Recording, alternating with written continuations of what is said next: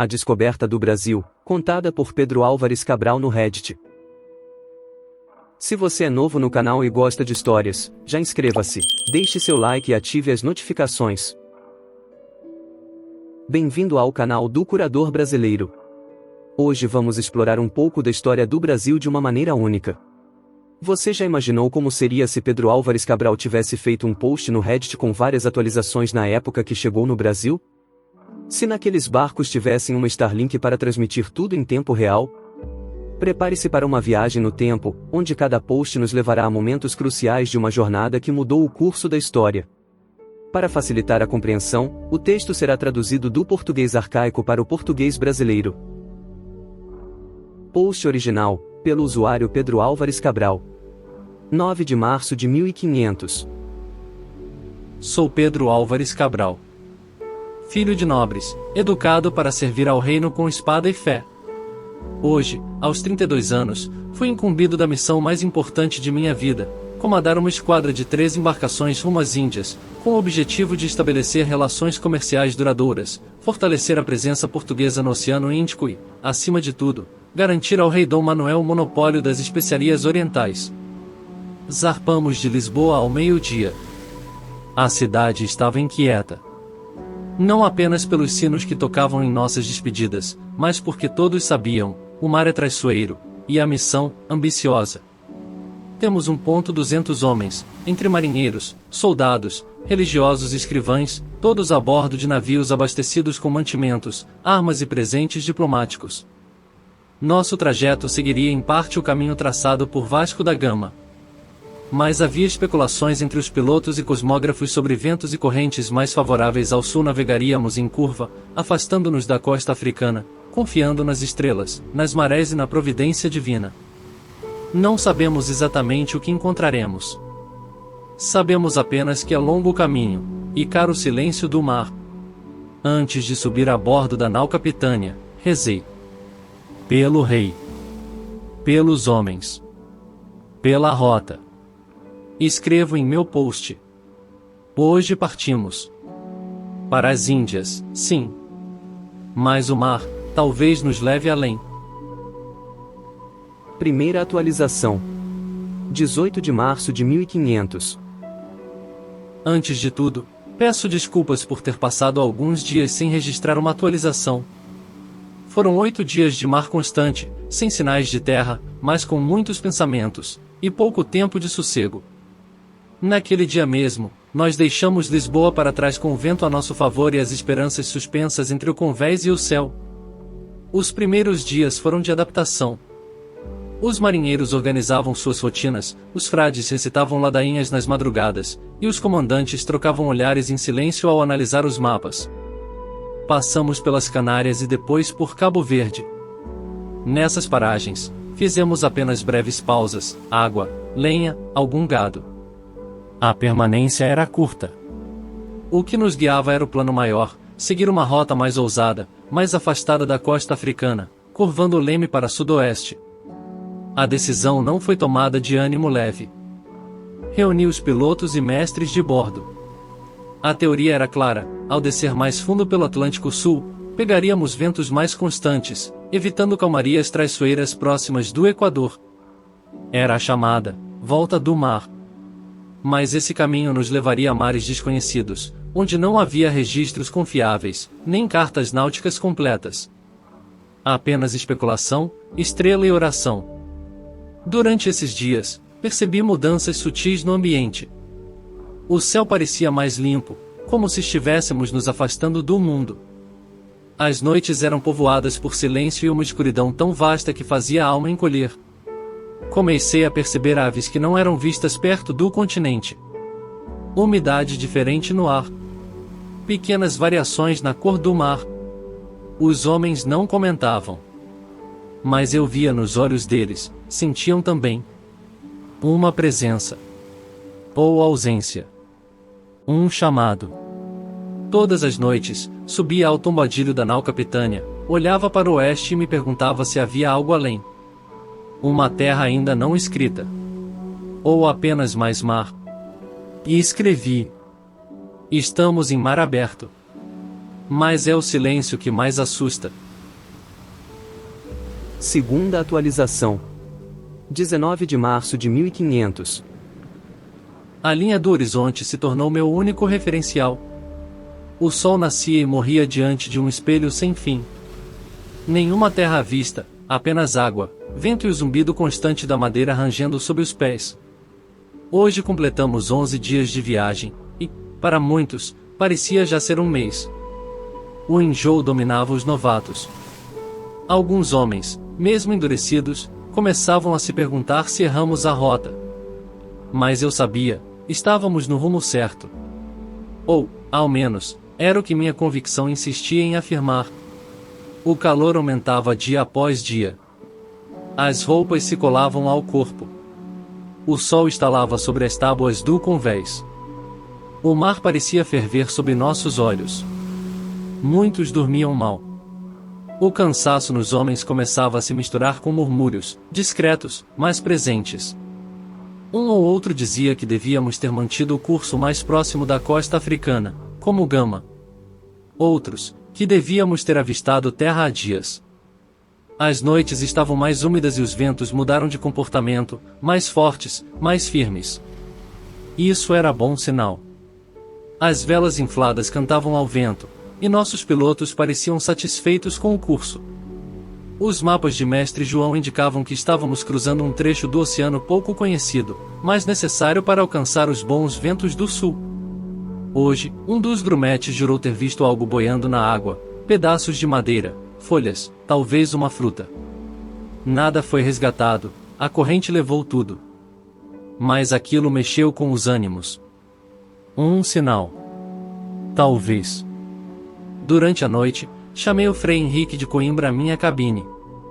Queria que rezasse uma missa especial, em voz baixa. Não pelo sucesso da missão, mas pela saúde dos homens. Já tínhamos 2 adoentados com febre e outro com o braço ferido após um acidente com guincho. Um deles, o mais jovem, delirava. Repetia palavras em latim como se estivesse já do outro lado do véu. Que Deus nos guie, disse o Frei, ao abençoar a água do cantil, e que, se a terra nos espera, seja amiga. Eu apenas assenti. No íntimo, eu sabia, estávamos adentrando um mar que nenhum homem europeu havia ousado cruzar dessa forma. E quanto mais o céu brilhava sem nuvens, mais o presságio do desconhecido se impunha. Terceira atualização. O dia amanheceu quente. Tão quente que o madeirame das naus parecia queimar ao toque. O calor subia do convés como se estivéssemos navegando sobre um braseiro, e os homens, suando em silêncio, começaram a olhar uns para os outros com inquietação. Alguns começaram a murmurar sobre o calor do fim do mundo, e isso me preocupou profundamente. Um boato no mar é como gota de sangue na água, atrai temores, devaneios, desordem. A disciplina na frota ainda era boa, mas bastava um sussurro mal colocado para que o medo se alastrasse como pólvora. Reuni os capitães ao entardecer. Disse a eles que mantivessem os homens ocupados, com limpeza, manutenção, verificação dos cabos, orações em grupo, ou mesmo histórias contadas entre turnos. Precisávamos evitar o ócio e as ideias errantes. Quando se está em alto mar, o maior inimigo não é o mar. É o silêncio entre as ordens. As águas de hoje estavam estranhamente densas. Pareciam ter perdido a cor habitual, ganhando um tom mais escuro, como se algo se escondesse sob a superfície. As gaivotas haviam sumido. O vento soprava de forma irregular. Era como se o oceano estivesse esperando. Enquanto falava com Nicolau Coelho, debruçado sobre o corrimão da nau Capitânia, vi algo que me intrigou. Uma ave branca. Sozinha. Cruzando o céu, com asas largas e batidas firmes, vinda do sudoeste. Ela não parecia perdida. Sabia para onde ia. Nunca vi uma ave tão distante da costa. Era sinal evidente de que havia terra em alguma direção, e o fato de vir do sudoeste parecia contrariar os mapas. Seguimos seus movimentos com os olhos até que ela desapareceu sobre as ondas. Durante o resto da tarde, começamos a ver outras. Primeiro isoladas, depois em pares. Algumas voavam baixo, quase tocando a superfície do mar. Outras soltavam gritos curtos, estranhos, como se nos chamassem para seguir. Os homens as observavam em silêncio, como se temessem quebrar o encanto. Alguns começaram a contar quantas viam por hora. Um velho marinheiro me disse, com voz rouca: quando os pássaros te encontram no mar, é porque a terra já te observa. Eu não sabia se era poesia ou superstição. Mas anotei. Porque, no fundo, também senti isso. Não dissemos mais nada. Mas os dois sabíamos o que aquilo significava. Era sinal. E no mar, sinais nunca surgem por acaso. Quarta atualização. Passamos o dia atentos, observando o mar com olhos famintos, como quem espera uma resposta do infinito. As águas estavam mais calmas, mas havia nelas uma vibração diferente. Algumas folhas secas flutuavam sobre as ondas. Vimos mais aves. Muitas mais. Elas surgiam em grupos, ora voando em círculos acima das embarcações, ora pousando brevemente sobre a água, como se descansassem. Uma em especial, grande e escura, fez 3 voltas sobre a nau capitânia antes de seguir para o oeste. Era como se nos estudasse, como se quisesse nos dizer algo, ou nos guiar. Os marinheiros estavam inquietos. Alguns faziam orações baixas, outros tentavam decifrar as rotas dos pássaros. Até os mais rudes estavam convencidos, não era normal ver tantas aves em alto mar. E não eram aves de mar, mas de terra, seus bicos curvos, suas penas espessas e o modo como voavam indicavam isso. O céu, antes limpo, agora exibia nuvens dispersas que vinham do oeste. Um mormaço pesado pairava sobre nós. Tudo dizia a mesma coisa, havia algo ali, além do oceano. Mandei subir ao mastro um dos homens com olhos bons. Ele ficou lá por quase 1 hora, o rosto firme contra o vento, olhos fixos no limite do mundo. Quando desceu, disse que talvez tivesse visto algo, mais escuro que o mar, no horizonte. Mas nada podia ser confirmado. O olhar dele, no entanto, dizia mais do que as palavras. Comecei a escrever em meu diário. Não era hábito meu, mas eu sentia que aquele dia merecia ser registrado. Não com cálculos, nem relatos oficiais, mas com intuição. Escrevi apenas 3 palavras: o cheiro mudou. E era a verdade. O ar agora carregava uma umidade doce, vegetal, diferente da maresia salgada do oceano aberto. Era como se a terra estivesse sussurrando seu nome através do vento. Uma voz que não se ouvia com os ouvidos, mas com a alma. Quinta atualização. Acordei com o som dos pés apressados sobre o convés. Não era alarme, mas era urgência. Abri a porta da cabine e encontrei o imediato à minha espera, olhos brilhando. Senhor, temos algo no horizonte. Subi rapidamente ao convés. O sol recém-nascido criava uma névoa dourada sobre o mar, e ali, à distância, uma silhueta se destacava. Não era nuvem, nem sombra. Era algo fixo, imóvel, escuro contra o brilho do céu. Chamei o mestre João. Ele pegou sua luneta rudimentar, olhou por alguns segundos e soltou: é terra, senhor. Por Deus, é terra. Não houve comemoração ruidosa. O silêncio tomou conta do convés. Era como se ninguém quisesse quebrar aquele momento. Só depois de alguns segundos vieram os murmúrios, as exclamações, as orações apressadas. Vi alguns homens ajoelhados, outros se benzeram, outros riram, de nervoso, de alívio, de espanto. Terra firme. Em pleno Atlântico Sul. A pergunta que ninguém ousava fazer era a mesma que ecoava na minha cabeça: que terra é essa? Não estava nos mapas. Não era uma ilha africana.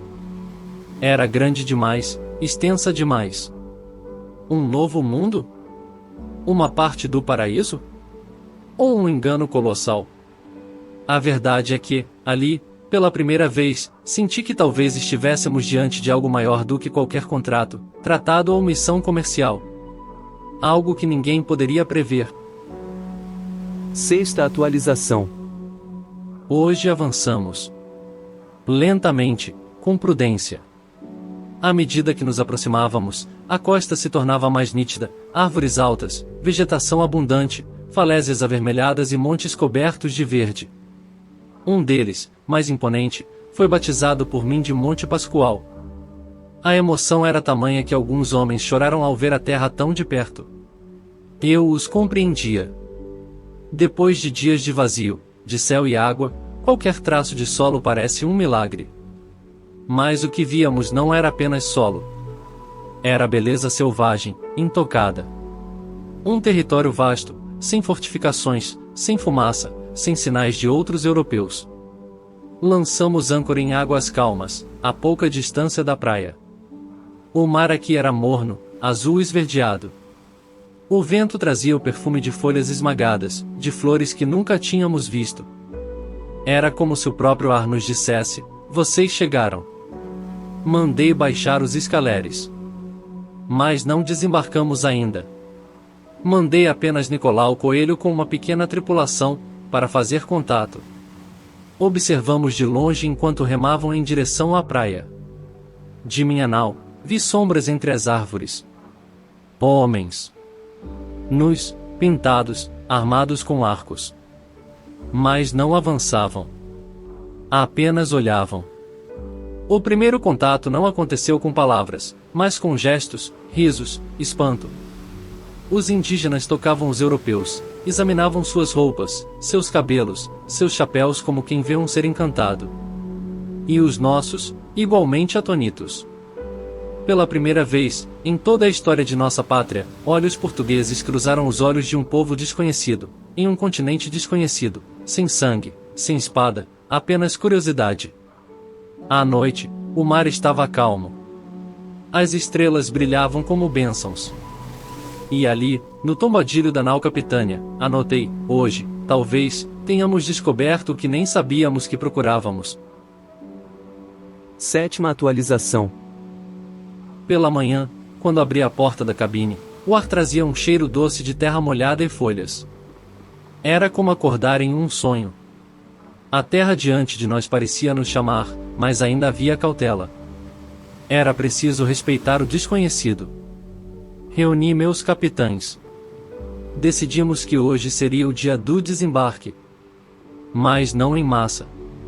Iríamos com pequenos grupos, armados, mas sem ostentação, acompanhados de clérigos e intérpretes. Levaríamos presentes, panos coloridos, espelhos, miçangas, formas de mostrar que vinhamos em paz. Quando toquei a areia quente daquela praia, meus pés sentiram mais do que solo. Sentiram história. Eu sabia, estávamos cravando o nome de Portugal em uma terra virgem, diante de um povo que jamais ouvirá falar de nós. Os nativos, cerca de 600 deles, nos aguardavam entre as árvores. Todos nus, com os corpos pintados de vermelho e preto, penas no cabelo, lanças nas mãos, mas os olhos eram de espanto, e não de ameaça. Aproximaram-se lentamente. Tocaram nossos tecidos. Riram dos espelhos. Um deles se olhou como quem vê o próprio rosto pela primeira vez. Tocou o próprio nariz, maravilhado. Eu quis dizer algo, mas nada do que eu falasse teria sentido. Então apenas sorri. Na areia, Frei Henrique de Coimbra levantou um altar improvisado. Montamos uma cruz simples, com madeira da própria mata. Os nativos se reuniram em volta, curiosos. Alguns imitavam nossos gestos, se ajoelhavam, cruzavam os braços, como se quisessem entender aquele ritual estranho. E então, celebramos a missa. As palavras em latim se ergueram entre o barulho das ondas. O vinho sagrado foi levado ao céu diante de um povo que nunca ouvirá falar de Cristo. A areia era altar. O vento, incenso. E os olhos selvagens que nos observavam, talvez, fossem mais puros que os nossos. Quando a missa terminou, houve silêncio. O tipo de silêncio que só existe quando se testemunha algo grandioso, mesmo sem entender o que. Se esta terra é nova para nós, talvez nós também sejamos novos para ela. Agora à noite estou escrevendo esta atualização. 8ª atualização. Hoje o tempo parecia ter desacelerado. Desde o amanhecer, pequenos grupos de indígenas se aproximavam da praia. Vinham desarmados, acompanhados de mulheres e crianças, como se quisessem provar que não temiam. E talvez, no fundo, nem soubessem que deveriam temer. Fiquei por horas observando. Era como assistir a um reflexo invertido da nossa própria civilização. Homens altos, de corpo forte, pele cor de cobre reluzente ao sol. Nus, mas sem vergonha. Seus olhos negros nos encaravam com curiosidade, mas sem submissão.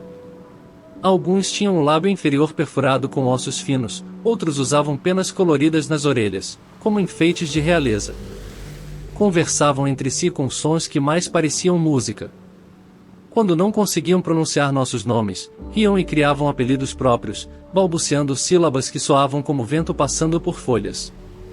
Tocavam nossos cabelos, nossas barbas, nossas roupas como quem toca um animal raro. Um deles se assustou com a armadura de um dos nossos soldados, bateu de leve no ferro, e depois deu um grito de espanto ao ouvir o som ecoar. As mulheres vinham sorridentes, com olhos brilhantes. Tinham os seios nus, os cabelos longos e os dentes ligeiramente escurecidos por alguma raiz que mastigavam com frequência. Não se envergonhavam de sua nudez, e isso causava certo constrangimento entre nossos jovens. Um dos homens me trouxe uma fruta ovalada, de polpa alaranjada e cheiro doce. Sorri e comi. Era como provar o desconhecido com a boca. Outro trouxe um pequeno papagaio, preso por um fio. Ofereceu-me como se fosse presente de rei. Eles não sabem o que é riqueza, murmurou Nicolau Coelho. Talvez saibam mais do que nós, respondi. No fim da tarde, fizemos uma nova celebração. Cantamos em coro. Alguns deles tentaram imitar nosso canto, desafinando com entusiasmo.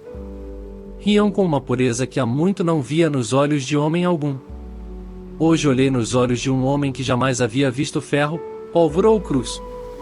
E, por um instante, invejei sua ignorância. Antes do pôr do sol, escrevi em meu diário e agora venho aqui trazer esta atualização. Nona atualização. Hoje amanheceu mais quieto. O mar estava calmo, os homens também. Já não havia tanta euforia. Agora havia trabalho. Agora havia decisões. Passamos a manhã reunidos. Eu, Nicolau Coelho, Bartolomeu Dias, Afonso Lopes, Mestre João e os demais capitães. Precisávamos agir rápido. Esta terra era grande, rica e desconhecida por qualquer outra nação cristã. Era essencial comunicar ao rei, formalizar o feito. Era o nascimento de uma posse. Ordenei a Pero Vaz de Caminha que começasse a redigir uma carta completa, meticulosa, com todos os detalhes possíveis, os ventos que nos trouxeram, o ponto exato da costa, o comportamento dos povos nativos, a fertilidade da terra, as árvores, os frutos, as aves, o peixe, o silêncio das matas. Caminha era detalhista, quase obsessivo. Enquanto os homens limpavam os cascos das embarcações e os carpinteiros faziam reparos nas velas, ele escrevia. Sob a sombra de um toldo improvisado, sobre uma prancha tosca de madeira, molhando a pena no tinteiro com paciência e precisão. Em paralelo, mandei preparar um navio para retornar a Lisboa, o de Gaspar de Lemos. Seria ele quem levaria a carta, com a notícia mais preciosa já enviada de nossas águas, a existência de um novo território, vasto e promissor, ao oeste do Atlântico. Olhei por um momento para o horizonte. Era estranho pensar que aquele pedaço de terra, ainda sem nome, já seria tema de debates nas cortes, disputas de tratados, cálculos de linhas imaginárias. E quanto mais pensava nisso, mais algo me incomodava, não tínhamos a menor ideia do que havia para dentro. Ali, diante de nós, havia uma floresta que parecia não acabar nunca. Um interior que ninguém havia pisado. E mesmo a costa, já era maior do que qualquer ilha. À noite, convoquei os padres para uma missa em agradecimento.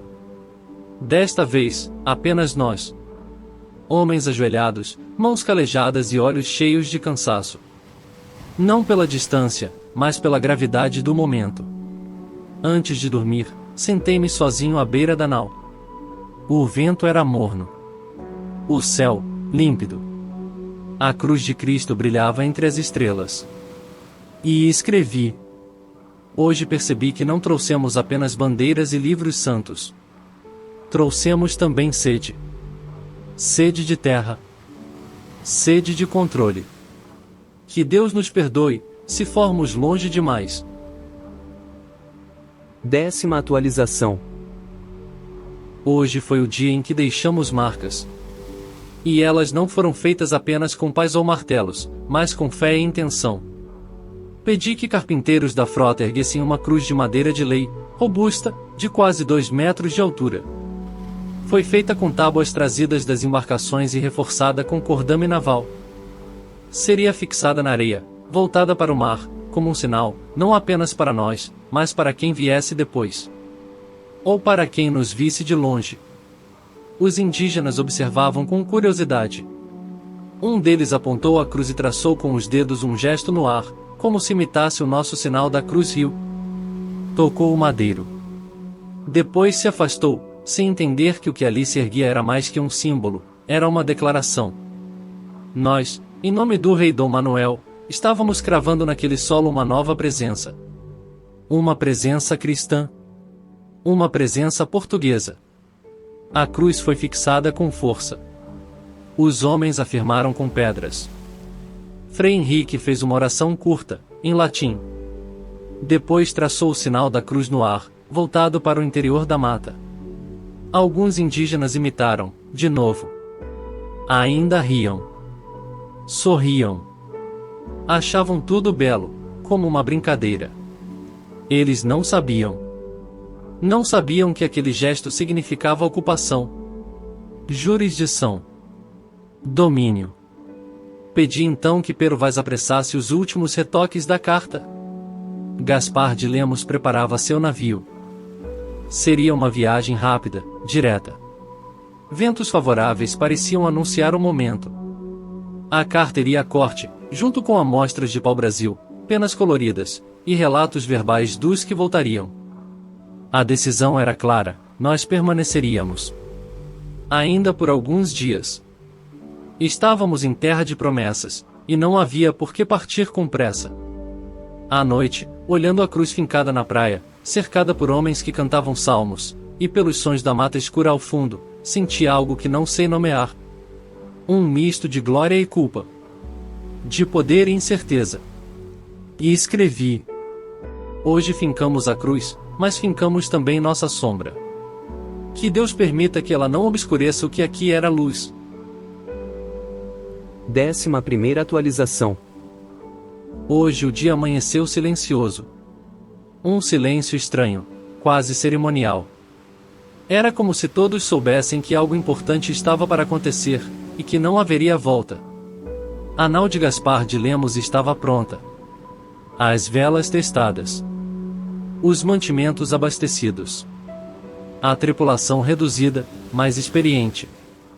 Ele mesmo viria ao meu encontro, firme como sempre, mas com o olhar de quem entende o peso do que carrega. Entreguei-lhe a carta de Pero Vaz de Caminha, recém-finalizada, ainda com a tinta fresca.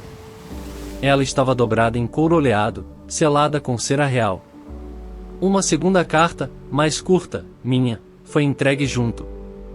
Nela, eu não apenas relatava o que havíamos encontrado, mas pedia ao rei cautela. E tempo. Muito tempo. O conteúdo da carta de Caminha era detalhado, como um inventário de maravilhas, a terra fértil, os nativos dóceis, o clima abençoado, as águas abundantes, os corpos sadios, a ausência de ferro, de ouro, de pecado, pelo menos à primeira vista. Era, acima de tudo, um convite. Um chamado. Pouco antes da partida, reunimos os capitães para uma oração. Frei Henrique abençoou o navio. Os marinheiros fizeram o sinal da cruz. Os indígenas, confusos, observavam de longe, sentados sobre as pedras da praia, alguns mascando raízes, outros rindo das bandeiras ao vento. Gaspar subiu a bordo. Olhou para mim uma última vez e disse apenas: "Se os ventos quiserem, em 2 meses estarei aos pés de Sua Alteza." Assenti. E então, lentamente, a nau se afastou. Ficamos observando até que sumisse no horizonte. Nenhum homem disse uma palavra. Era como assistir ao nascimento de um destino. E ao fim de um segredo. Naquela noite, sentei sozinho na praia. A cruz estava ali, diante de mim, apontando para o céu. Atrás dela, a floresta sussurrava mistérios. À minha frente, o mar carregava a nossa mensagem para o mundo. E escrevi: hoje demos início a algo maior do que nós. E, com isso, também perdemos o controle sobre ele. 12ª atualização. 2 dias após a partida de Gaspar de Lemos, senti algo mudar. Não foi o mar, nem o clima. A floresta ainda nos oferecia seus ventos mornos e o céu, suas cores alaranjadas ao entardecer. Mas algo dentro dos homens começou a escurecer. Um ruído quase imperceptível se instalava. Dúvidas. Cansaço. O peso do tempo. Pela manhã, notei olhares cruzados entre alguns marinheiros. Cochichos abafados, mãos inquietas.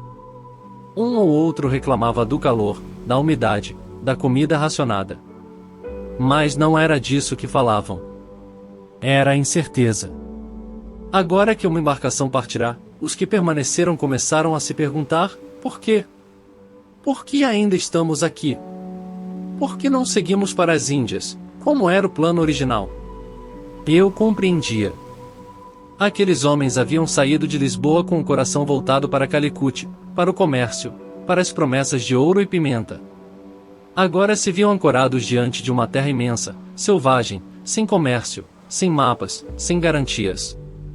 A permanência na terra, até então leve e curiosa, começou a gerar pequenas fricções. Um indígena pegou um machado de ferro, presenteado no primeiro dia, e tentou trocá-lo por uma camisa de linho com um dos nossos. O marinheiro recusou. O índio insistiu.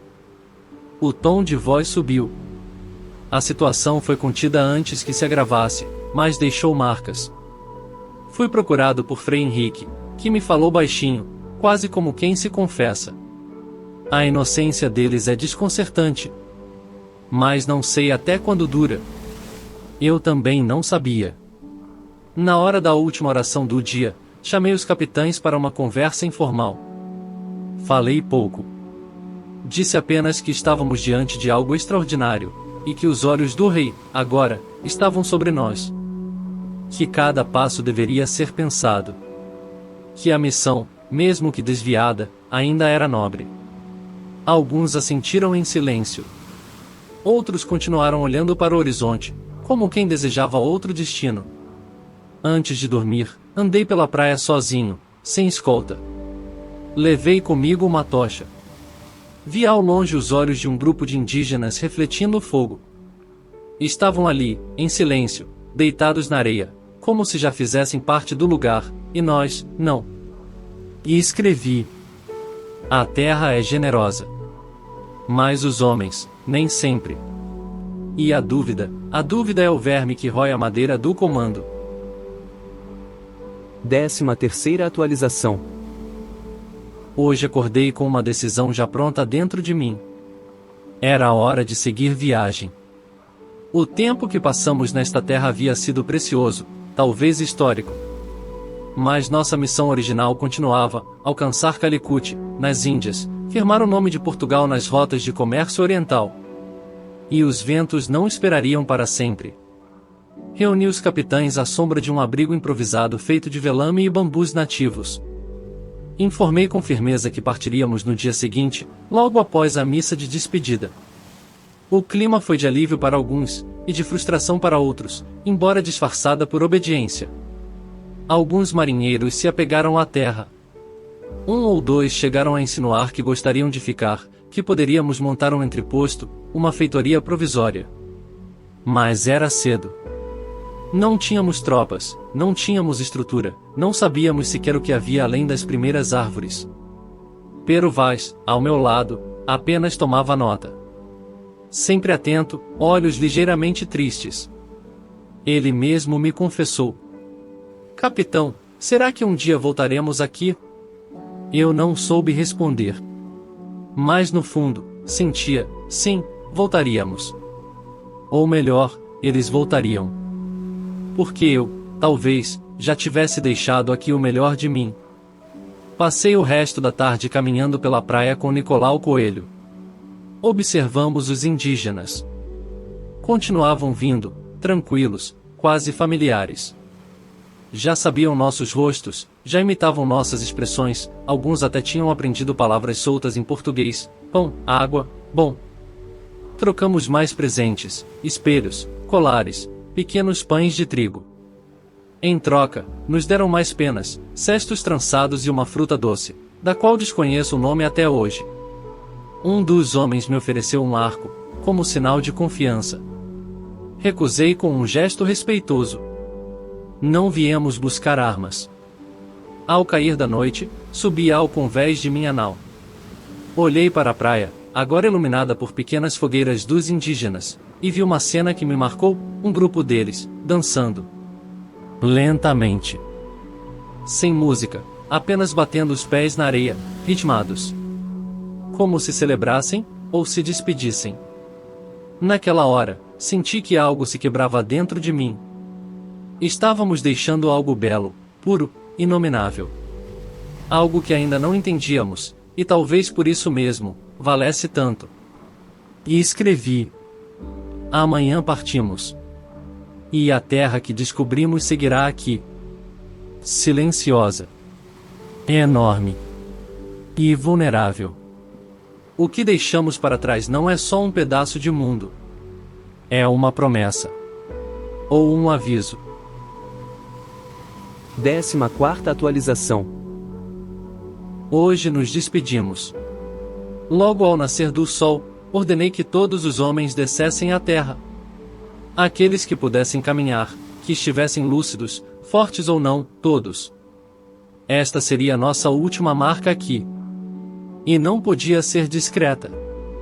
Frei Henrique celebrou a missa mais solene que já presenciei em minha vida. Erguemos um altar rústico, talhado à pressa por carpinteiros que ainda tinham farpas nas mãos. A cruz fincada dias antes estava ao fundo, firme, voltada para o mar. Diante dela, homens em armaduras e em andrajos, padres em batinas suadas, nobres e plebeus ajoelhados lado a lado, como irmãos. E ali, ao redor, os nativos. Vieram em número maior do que nunca. Talvez uns 200. Em silêncio. Sentaram-se na areia, atentos, sérios. Já não riam. Não se divertiam com os sinos, os cantos ou os paramentos. Alguns imitavam nossos gestos de oração, outros apenas observavam. Frei Henrique levantou o cálice, e pela primeira vez senti que aquele gesto, repetido 1000 vezes em Lisboa, agora significava algo maior. Ali, sob um céu novo, a fé cristã tocava um mundo que até então vivia sem ela. Era como levar fogo a uma floresta virgem. Havia luz e perigo. Quando a missa terminou, houve um silêncio profundo. Até os pássaros pareceram calar. Depois, aos poucos, os homens começaram a se levantar, a se abraçar, a se despedir da terra com olhares longos e passos arrastados. Os indígenas se aproximaram. Um deles, o mesmo que dias atrás me oferecerá um papagaio, tocou meu braço e me apontou a floresta. Depois, apontou o mar. E por fim, seu próprio peito. Não entendi o que queria dizer. Mas senti. Talvez dissesse: você pertence à água, eu pertenço à terra. Ou talvez, não se esqueça de nós. Subimos a bordo pouco antes do meio-dia. As velas foram içadas. As ancoras recolhidas. As caravelas começaram a se afastar. Devagar, como se o mar ainda estivesse indeciso. Eu permaneci no convés, em pé, com os olhos fixos na cruz da praia. Ela ficou visível por muito tempo, um ponto escuro em meio ao verde. Só desapareceu quando o horizonte engoliu tudo. E ali, enquanto a terra desaparecia atrás de mim, escrevi: deixamos para trás um continente, sem saber se voltaremos. Mas esta terra, ela voltará até nós. Em sonho, em memória, ou em cobrança. 15ª atualização. Hoje voltamos ao mar aberto. As velas estufadas pelos ventos do leste pareciam ansiosas, como se os próprios navios quisessem fugir da terra que acabávamos de deixar. Mas os homens, não. Havia em cada rosto uma sombra, não de medo, mas de luto. Durante toda a manhã, ninguém falou alto. A bordo, apenas o som do mar batendo no casco e das ordens ditas em voz baixa pelos timoneiros. Era como se todos soubessem que estávamos deixando para trás algo que talvez nunca mais víssemos igual. O vento estava bom, constante. A maré favorecia. O céu, limpo. Tudo conspirava para o avanço. Mas dentro de mim, uma inquietação latejava como dor de dente. Uma certeza silenciosa, o pior ainda estava por vir. No fim da tarde, avistamos, pela última vez, a ponta da terra que deixamos. Um contorno sutil na linha do horizonte, como uma cicatriz prestes a se apagar. Nessa hora, um dos grumetes mais jovens, que nunca falava comigo, se aproximou. Trazia um pequeno cesto de palha que ganhará de um dos nativos. Disse: "Capitão, posso deixar aqui, no mar?" Assenti. Ele jogou o cesto no oceano com delicadeza, como se devolvesse algo roubado. Depois, abaixou a cabeça e voltou ao seu posto. À noite, durante a refeição com os capitães, o silêncio persistiu. Comemos peixe seco e pão duro. Ninguém comentou os planos futuros. Ninguém falou em Calicut. Como se todos soubessem que o oceano agora nos cobraria o preço da descoberta. E eu, antes de dormir, escrevi: "O mar nos levou até lá. E agora nos leva de volta. Mas não seremos os mesmos. A terra ficou. E com ela, um pedaço de nossa alma." 16ª atualização. O mar mudou. Ontem era azul, hoje é chumbo. O vento, antes constante e quente, virou rajada fria e cortante. As velas, que se abriam como asas de anjo, agora rangem como portas prestes a se partir. Ao amanhecer, senti no ar aquele cheiro que só os navegadores mais velhos conhecem. Um odor de tempestade. É como se a própria água se encolhesse, esperando ser espancada. Mandei reforçar cordames, ajustar velas, proteger o convés. Os homens obedeceram sem discussão. O olhar de cada um deles buscava o horizonte com desconfiança. Até o mar parecia respirar diferente, mais rápido, mais denso, mais inquieto. Por volta do meio-dia, as primeiras ondas maiores começaram a bater. O céu escureceu tão depressa que os frades acenderam lamparinas para continuar a leitura das orações. O Frei Henrique não tirava os olhos do céu, como se esperasse por um castigo divino. Nicolau Coelho se aproximou de mim no tombadilho. Disse apenas: "Vamos perder um navio." Não perguntei qual. Não havia como saber. Mas ambos sabíamos que não era exagero. Ao entardecer, os primeiros relâmpagos cortaram o céu como lâminas. E o trovão parecia vir de dentro do casco. Os homens rezavam alto, como se a voz pudesse afastar a água. Uma vela se rompeu em uma das caravelas menores. Gritos. Correria. Água invadindo por todos os lados. O mar se erguia como montanha. A nau afundava no vale das ondas como se caísse de um penhasco invisível. Não dormi esta noite. Ninguém dormiu. O leme foi amarrado por segurança. Um homem caiu do mastro e quebrou o pescoço. Outro foi levado por uma onda. Vi sua mão ainda se debatendo antes de desaparecer. E ali, enquanto os relâmpagos clareavam o convés encharcado, escrevi, de memória, sem papel: "O mar, que nos deu a terra, agora exige tributo." 17ª atualização. A madrugada não terminou. Ela apenas se arrastou até virar dia, sem sol, sem azul. Apenas um céu doente, cinza, cuspindo chuva e trovão como se nos odiasse. Pela manhã, a tempestade havia diminuído. Mas o que vimos, Quando o nevoeiro começou a se dissipar, era pior que qualquer vendaval. Faltavam navios. 4 embarcações, com seus mastros, suas velas, seus homens, sumiram. Engolidas.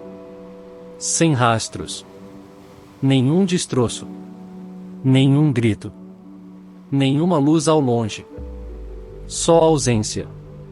Bartolomeu Dias, que comandava uma das naus perdidas, era talvez o mais experiente de nós. Havia dobrado o Cabo da Boa Esperança quando ainda era um monstro cartográfico sem nome. Ele se foi sem cerimônia. Sem aviso. O mar o levou como leva conchas na beira da praia, de forma simples, impessoal. Chamei os capitães restantes. Fizemos a contagem. Confirmamos as perdas. E, então, como quem mastiga pedras, comuniquei, seguiríamos viagem. O luto no mar não tem tempo. Não há corpo a velar, nem sepultura a visitar. O túmulo é o oceano. A lápide, uma espuma breve. Ninguém falou durante o resto do dia. Pela primeira vez, desde que partimos de Lisboa, vi homens se recusarem a comer. Vi frades em pranto. Vi marinheiros murmurando preces, não para Deus, mas para o mar, como se tentassem negociar uma trégua. À noite, mandei escrever o nome dos desaparecidos em uma página à parte do meu diário. 62 homens. Entre eles, velhos amigos. Homens que riram comigo nas ruas de Lisboa. Que tocaram pela primeira vez a terra do Brasil ao meu lado. E então, como se o próprio ato de escrever os fixasse no tempo, chorei. Chorei como homem, não como comandante. Antes de apagar a lamparina, escrevi: a história terá glória. Mas eu carrego os nomes que não verão o fim dela. 18ª atualização. Hoje dobramos o Cabo da Boa Esperança. Mas não houve comemoração. Era um marco importante, talvez o mais temido da viagem. O próprio nome do cabo já parecia ironia depois do que passamos. Esperança, o que nos restava agora era obrigação. Restávamos 9 embarcações. 4 haviam ficado para sempre em algum ponto entre as ondas e os céus. E cada homem vivo, hoje, sabia que podia ser o próximo. Pedi silêncio ao cruzar o cabo. Era uma forma de respeito. Não à natureza, que não entende oferendas, mas aos mortos. A linha da costa africana começava a aparecer ao longe, rochas negras, penhascos, o mar espumando ao bater contra as fendas. A água ali parecia mais fria, e o vento mais fino, como navalha. Os marinheiros se revezavam no leme com olhos fundos e mãos rígidas. Ninguém se queixava. Ninguém se gabava. A disciplina veio, não por medo de mim, mas por temor do mar. Na nau capitânia, fizemos uma oração em silêncio. Frei Henrique leu um salmo a meia voz, mas engasgou no meio e não terminou.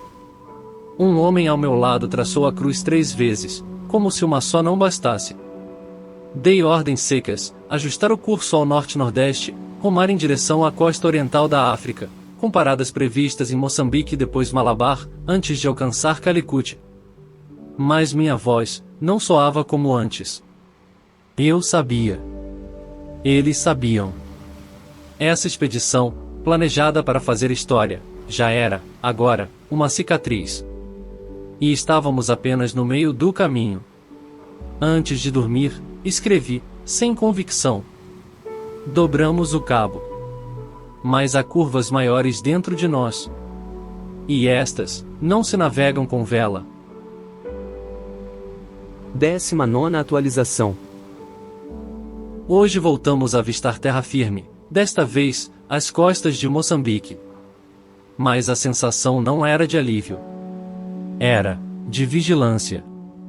Chegamos aos arredores do canal, navegando devagar, com vigilância dobrada. Agora já não era uma terra virgem e desconhecida. Era terra de homens armados, de portos antigos, de fé diferente. Mouros, mercadores árabes, africanos com turbantes e lanças. Aqui não havia inocência. Havia política. Sabíamos que não seríamos recebidos com entusiasmo. Desde a primeira viagem de Vasco da Gama, os portugueses eram vistos com suspeita em toda essa região, como intrusos que vinham para tomar, medir e negociar sem pedir permissão. Ainda assim, era necessário reabastecer. Mandei uma tripulação discreta à terra, alimentos, água doce, madeira para os concertos, e uma tentativa de troca comercial. Levaram contas, espelhos, tecidos. Voltaram com frutas, raízes, tensão.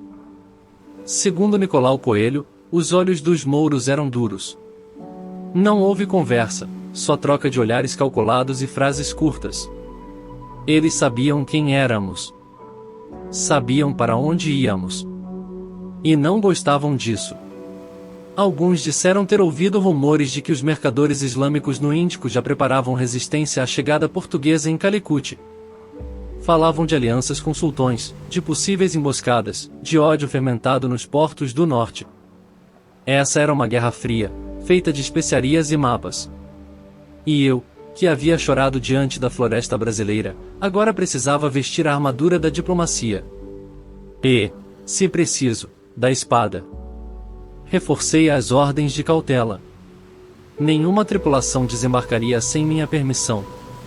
Nenhuma informação seria compartilhada. Todos os símbolos cristãos deveriam ser visíveis, mas nunca provocativos. Antes de anoitecer, subi ao convés com um cálice de vinho amargo. Olhei para o continente. Era o mesmo continente que tínhamos deixado para trás, lá no oeste de África, quase 2 meses antes. Mas agora, era outro mundo. E escrevi: aqui, não somos novidade. Somos ameaça. 20ª atualização. Hoje o mar voltou a ficar calmo. Mas o silêncio da tripulação dizia mais que o barulho das velas. Estamos navegando há dias pela costa oriental da África. As embarcações restantes mantêm formação, mas a perda dos 4 navios ainda pesa. Agora que nos aproximamos de nosso destino, Calicut, no Malabar, percebo que as maiores tormentas talvez ainda estejam por vir. E não virão do céu. As cartas de Vasco da Gama falavam de um território de grande riqueza, com templos, mercados lotados, cheiro de cravo e pimenta no ar. Mas também falavam de intrigas. De um rei, ou melhor, o Samorim, cercado de conselheiros islâmicos, mouros comerciantes que não querem concorrência, e uma população que não entende o que vem do mar com cruzes e bandeiras vermelhas. Nosso objetivo era simples no papel: firmar uma feitoria portuguesa. E estabelecer comércio. Selar acordos. Mas em terra estrangeira, tudo o que é simples vira faca de 2 gumes. Hoje reuni os capitães e religiosos. Disse-lhes, com toda clareza, não estamos mais em terras de inocência. Aqui, um erro pode custar vidas. Um gesto mal interpretado, um símbolo mal posicionado, uma palavra em voz errada, e teremos não um confronto diplomático, mas uma chacina. Mandei revisar todos os documentos. Selos reais. Cartas de apresentação ao Samorim. Listas de presentes, tecidos finos, metais, espelhos, especiarias de outras partes, cuidadosamente escolhidos para causar impacto. A tripulação recebeu ordens rígidas: ninguém desembarca sem autorização direta. Nada de discutir religião. Nada de impor cruzes. Não somos missionários aqui. Somos diplomatas armados. À noite, o céu abriu. Um céu limpo, diferente do que vimos no Cabo. As estrelas aqui parecem mais densas, mais amarelas. Há algo no ar do Oriente que pesa, como um perfume forte demais. A beleza dessa parte do mundo vem sempre com desconfiança. Antes de apagar a luz da cabine, escrevi: na ilha de Vera Cruz, fomos recebidos com espanto. Aqui, nos esperam com cálculo. Em um, dançavam à nossa volta. No outro, esperam que escorreguemos. 21ª atualização. Hoje, enfim, tocamos o destino original da nossa viagem. Calicut. Uma cidade flutuando sobre o mar da Arábia. Um labirinto de tendas, torres, muros, templos e mercados. O cheiro, meu Deus, o cheiro. Canela, cravo, noz moscada, suor, carvão queimado, incenso, peixe seco. Um soco no olfato. E nos olhos, cores demais, sedas, turbantes, frutas, peles, armas. Tudo em excesso. Tudo em movimento. Chegamos ao porto com as velas baixas, os estandartes erguidos e os sinos tocando. Uma encenação estudada. Os mercadores mouros nos observavam da margem como hienas. Não se moviam. Só olhavam. Já sabiam quem éramos. Já nos odiavam antes de nos conhecer. Enviei emissários ao Samorim, o governante local. Levaram presentes, tecidos europeus, pedras polidas, perfumes ocidentais. A resposta foi protocolar, quase fria: seríamos recebidos. Mas sem pressa. E sem entusiasmo. Enquanto isso, ancoramos. Os navios foram cercados por embarcações menores. Alguns ofereciam mercadorias. Outros vinham apenas olhar. Tive a impressão de que alguns só queriam contar quantos canhões tínhamos a bordo. Horas depois, recebi a autorização para desembarcar. Vesti meu gibão mais limpo. Coloquei a cruz de prata sobre o peito, não por fé, mas por estratégia. Levei comigo Nicolau Coelho, Frei Henrique e um pequeno destacamento, todos a pé, sem armaduras, para não parecer ameaça. A cidade nos engoliu. Fomos conduzidos por ruas estreitas, ladeadas por casas de pedra e madeira, onde cada janela era um olho. A multidão se afastava com respeito, mas não com simpatia. Ouvíamos palavras ditas rápido, em línguas que não entendíamos, seguidas de risos abafados. Mas ninguém nos tocou. Ninguém nos barrou. Chegamos ao salão do Samorim no fim da tarde. O governante estava sentado sobre almofadas douradas, ladeado por escribas, soldados e mercadores mouros com olhos de adaga. Era um homem de expressão serena, envolto em seda e joias, com uma calma que mais parecia ameaça. Fiz minha reverência. Entreguei as cartas do rei Dom Manuel. Falei de paz, de comércio, de pontes entre mundos. O Samorim ouviu sem interromper. Depois falou pouco, por meio de intérpretes. O mar é grande. A terra tem espaço para todos. Foi tudo o que disse. E aquilo, vindo de um homem com exércitos, mercados e alianças frágeis, soou mais como aviso do que como boas-vindas. Na volta para o navio, no silêncio do escaler, escrevi em pensamento: vi ouro. Vi templo. Vi riqueza. Mas o que senti foi uma armadilha. 22ª atualização. Hoje percebi, estamos cercados. Não fisicamente, ainda, mas politicamente, espiritualmente, comercialmente. Cercados de olhos, de intenções, de alianças silenciosas. Entramos em Calicut como convidados. Mas somos hóspedes em casa de quem já decidiu que não quer partilhar o pão. Enviei representantes à zona comercial da cidade. Tínhamos carregamentos de tecidos, metais europeus, contas de vidro, azeite. O plano era simples: trocar por especiarias.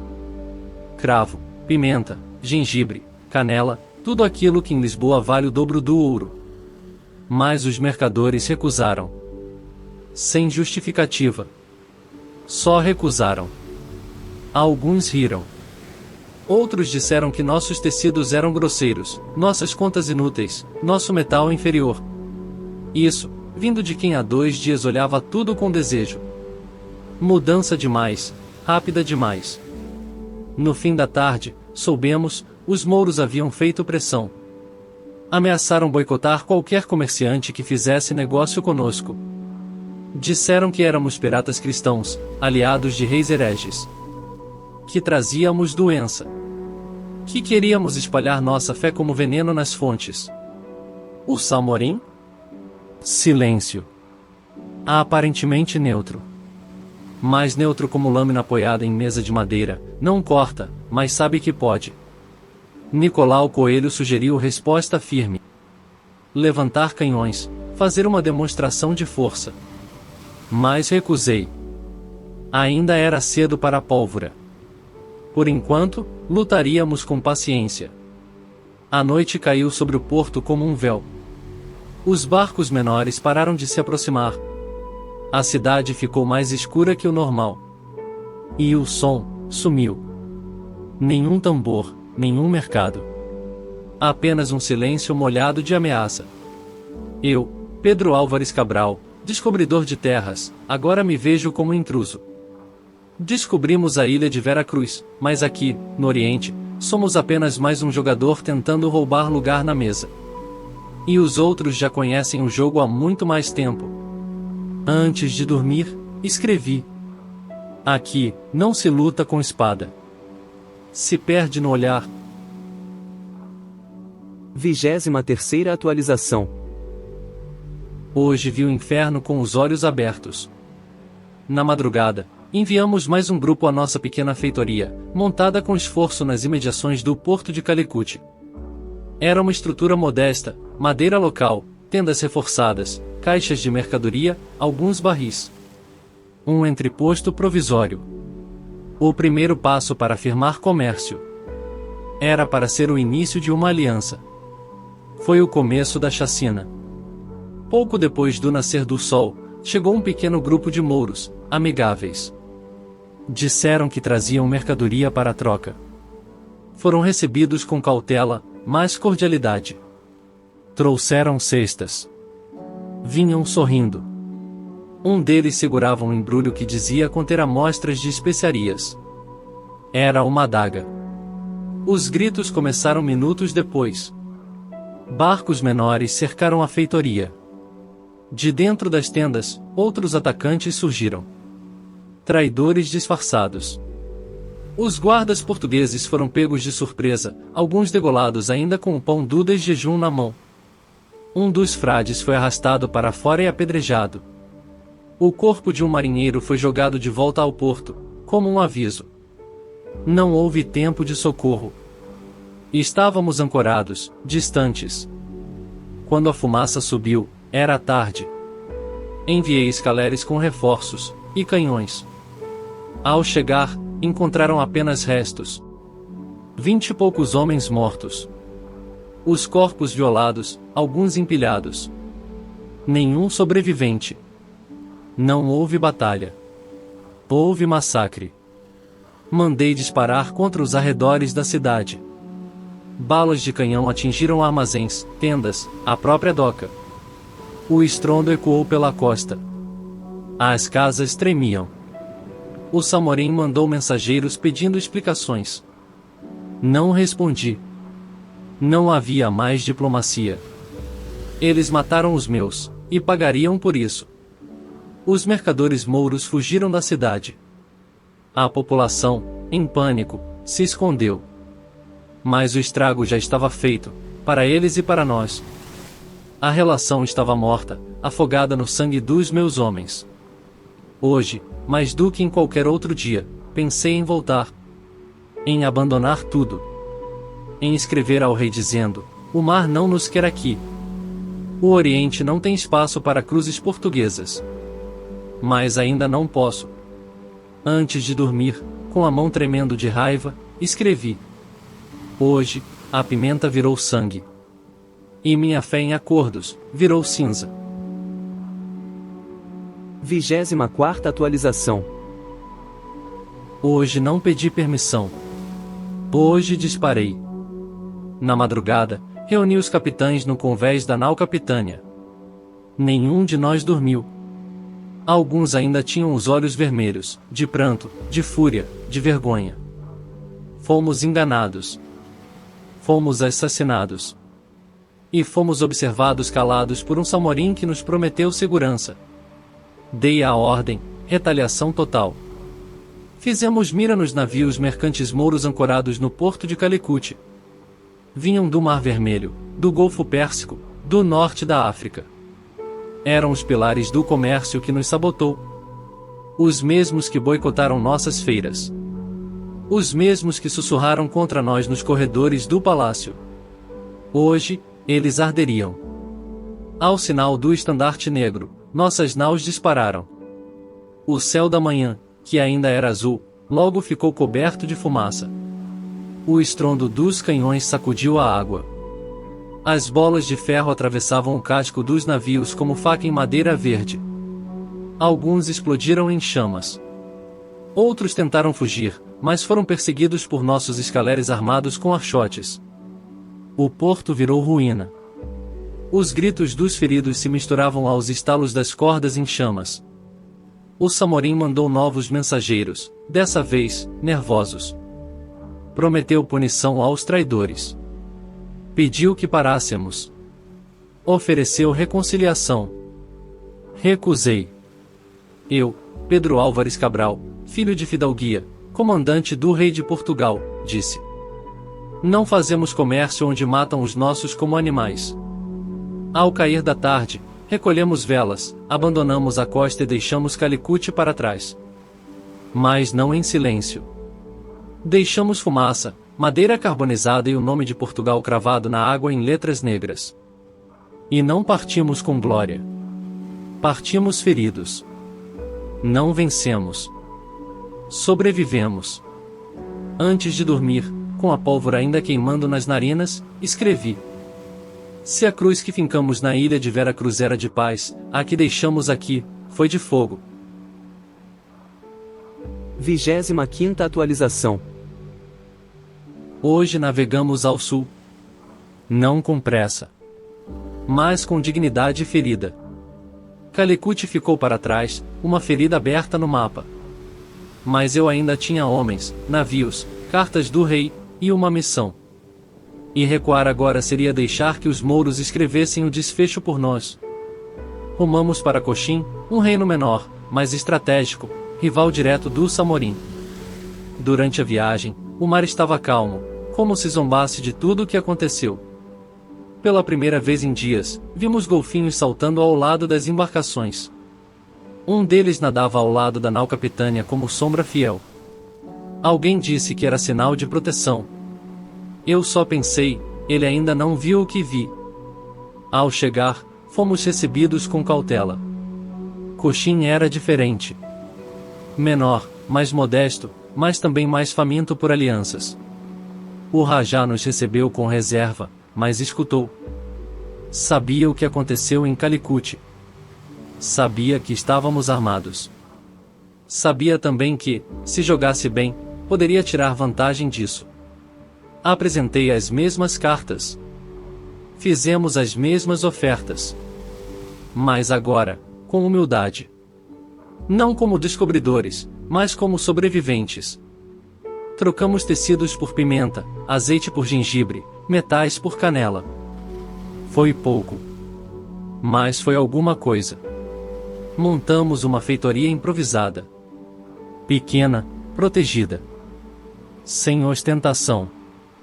Alguns dos nossos ficaram ali por semanas. Negociaram, fizeram amizade com os locais, aprenderam palavras da língua, ensinaram outras. Plantaram uma semente. Não era glória, mas era reinício. Durante a noite, caminhei pelo convés em silêncio. As estrelas refletiam nas águas mansas como espelhos rachados. Pensei nos que ficaram no fundo do mar, nos que caíram em Calicut, nos que ainda me seguiam, não por fé, mas por lealdade cega. E escrevi: não viemos para conquistar, mas para resistir. E hoje, resistir já é vitória. 26ª atualização. Hoje estou de volta. Mas não me sinto retornado. Chegamos a Lisboa depois de mais de 14 meses no mar. Dos 13 navios que partiram, 7 voltaram. Dos mais de 1000 homens, muitos jazem em águas africanas, areias indianas, ou no coração de uma terra sem nome do outro lado do mundo. O porto estava lá, como deixamos. As torres. Os sinos. Os cheiros de pão fresco e peixe salgado. Mas dentro de mim, Lisboa não cabia mais. O rei Dom Manuel nos recebeu com solenidade. Escutou o relato com atenção. A carta de Pero Vaz de Caminha, aquela que enviei meses antes, já havia feito eco. Portugal celebrava descoberta de uma nova terra. Fizeram até missa em meu nome. Mas ninguém celebrou os mortos. Falei da tempestade, do naufrágio, do massacre em Calicut, da vingança, dos acordos em Coxim, da resistência dos homens, das cruzes que fincamos em solo virgem. O rei ouviu tudo, mas pediu resumo. O conselho queria resultados, não memórias. Alguns me olharam com admiração.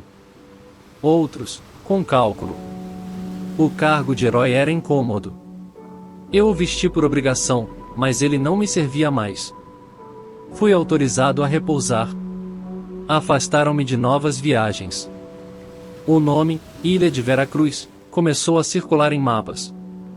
Eu, Pedro Álvares Cabral, fui ficando nas bordas das conversas, como o último grão de uma ampulheta virada. Mas não me arrependo. Descobrimos terras que nenhum europeu havia pisado. Plantamos alianças, sim, mas também cruzes. Trazemos especiarias e cicatrizes.